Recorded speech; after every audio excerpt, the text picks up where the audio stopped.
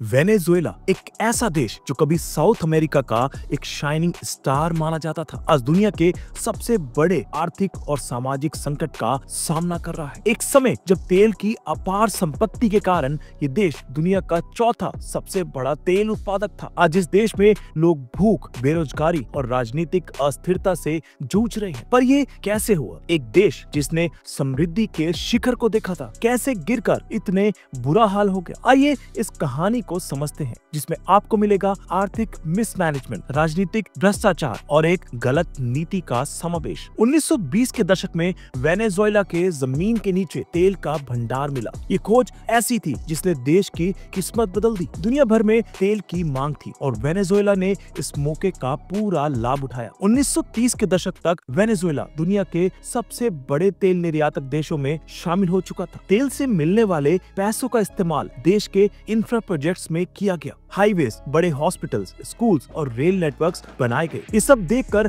लोग वेनेजुएला को Saudi Arabia of south America कहने लगे थे। तेल की वजह से गरीबी कम होने लगी थी और लोगों का जीवन स्तर सुधर रहा था। पर इस सक्सेस के पीछे एक छुपा हुआ संकट भी था। देश के लीडर्स ने एक गलती की। उन्होंने अपनी इकोनॉमी को एकदम तेल पर निर्भर कर दिया। एग्रीकल्चर, मैन्युफैक्चरिंग और दूसरे सेक्टर्स को इग्नोर किया गया। ये गलती आगे चलकर एक बड़ी समस्या बनी। 1950 के दशक तक वेनेजुएला की इकोनॉमी अपने शिखर पर थी। उस समय देश की जीडीपी साउथ अमेरिका के अन्य देशों के मुकाबले कई गुना ज्यादा थी। यहाँ तक कि यूरोप के कई बड़े देश जैसे इटली और स्पेन भी उस समय वेनेजुएला के समक्ष पीछे लगते थे। सरकार ने इस समृद्धि का उपयोग करते हुए लोगों के लिए वेलफेयर प्रोग्राम्स चलाए। हेल्थ और एजुकेशन में इन्वेस्टमेंट्स बड़े स्तर पर की गई, लेकिन इन सभी का आधार एक ही चीज थी, तेल। ये एक अस्थिर आधार था जो कभी भी बिगड़ सकता था। सरकार के भ्रष्टाचार और खर्च की गलत पॉलिसीज के कारण आर्थिक स्थिरता के पीछे एक अंधकार छुप गया था। ये सब हमें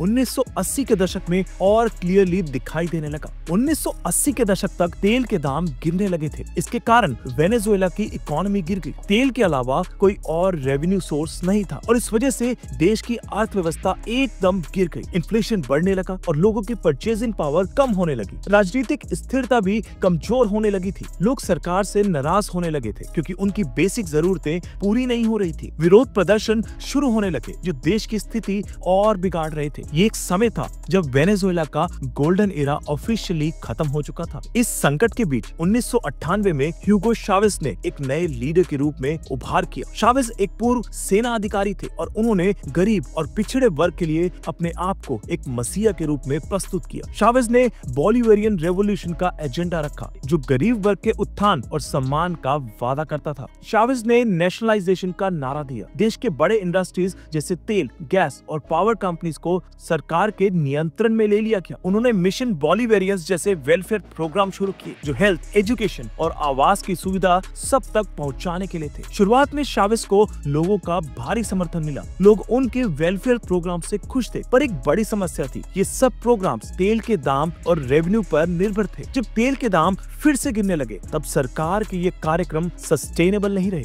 2000 के दशक के अंतिम में तेल के दाम में अचानक गिरावट आई। ये गिरावट एक ऐसी चेतावनी थी जिसने वेनेजुएला की अर्थव्यवस्था की कमजोरी को उभार दिया। देश के पास डाइवर्सिफिकेशन का कोई प्लान नहीं था। एग्रीकल्चर और मैन्युफैक्चरिंग सेक्टर्स लगभग खत्म हो चुके थे। इसके साथ ही चावेज ने अधिक पैसा छापकर फिस्कल डेफिसिट को पूरा करने की कोशिश की। इस वजह से इन्फ्लेशन का संकट और भी बढ़ गया। देश में भुखमरी और बेरोजगारी का माहौल हो गया था। 2000 के अंतिम दशक तक लोगों की स्थिति इतनी खराब हो गई थी कि एक तरफ उन्हें रोज की बेसिक जरूरत के लिए लाइन में लगना पड़ता था और दूसरी तरफ सरकार के विरोध में आवाज उठाना भी असंभव लगता था। 2013 में चावेज की मृत्यु के बाद निकोलस मैडुरो ने राष्ट्रपति पद संभाला, लेकिन मैडुरो के शासन में स्थिति और भी खराब हो गई। चावेज का राष्ट्रीयकरण और पॉपुलिस्ट पॉलिसीज के कारण जो अर्थव्यवस्था बिगड़ी थी वो अब अपनी हद तक गिर चुकी थी। हाइपर इन्फ्लेशन का माहौल बन गया था। 2018 तक वेनेजुएला में महंगाई की दर लाखों प्रतिशत तक पहुंच चुकी थी। देश की मुद्रा बॉलीवर लगभग बेकार हो चुकी थी। दुनिया के दूसरे देशों में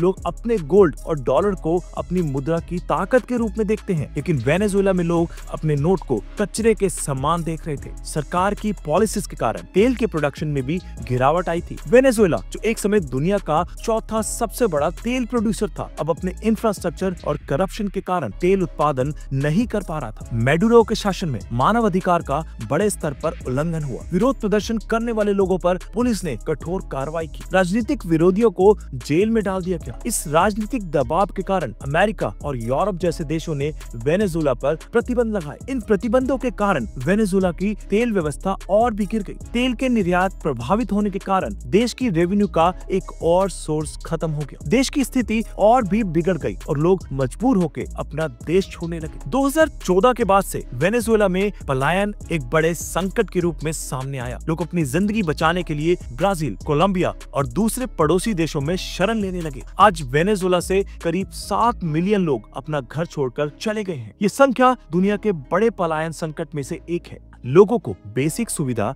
जैसे पानी, दवाई और खाना तक के लिए मजबूर होना पड़ रहा था। देश में एक तरफ राजनीतिक अस्थिरता है और दूसरी तरफ सामाजिक व्यवस्था लगभग खत्म हो चुकी है। वेनेजुएला की कहानी एक बड़े सबक के रूप में देखी जा सकती है। एक देश जो सिर्फ एक रिसोर्स जैसे तेल पर निर्भर करता है, उसका भविष्य कभी सुरक्षित नहीं होता। डाइवर्सिफिकेशन और सुदृढ़ नीतियों की कमी किसी भी समृद्ध देश को तबाह कर सकती है। ये कहानी इस बात का प्रमाण है कि अकाउंटेबिलिटी और ट्रांसपेरेंसी का होना कितना जरूरी है। राजनीतिक भ्रष्टाचार, आर्थिक मिसमैनेजमेंट और अधिक पैसा छापने की नीति ने वेनेजुएला को समृद्धि से दुर्गति तक पहुंचा दिया।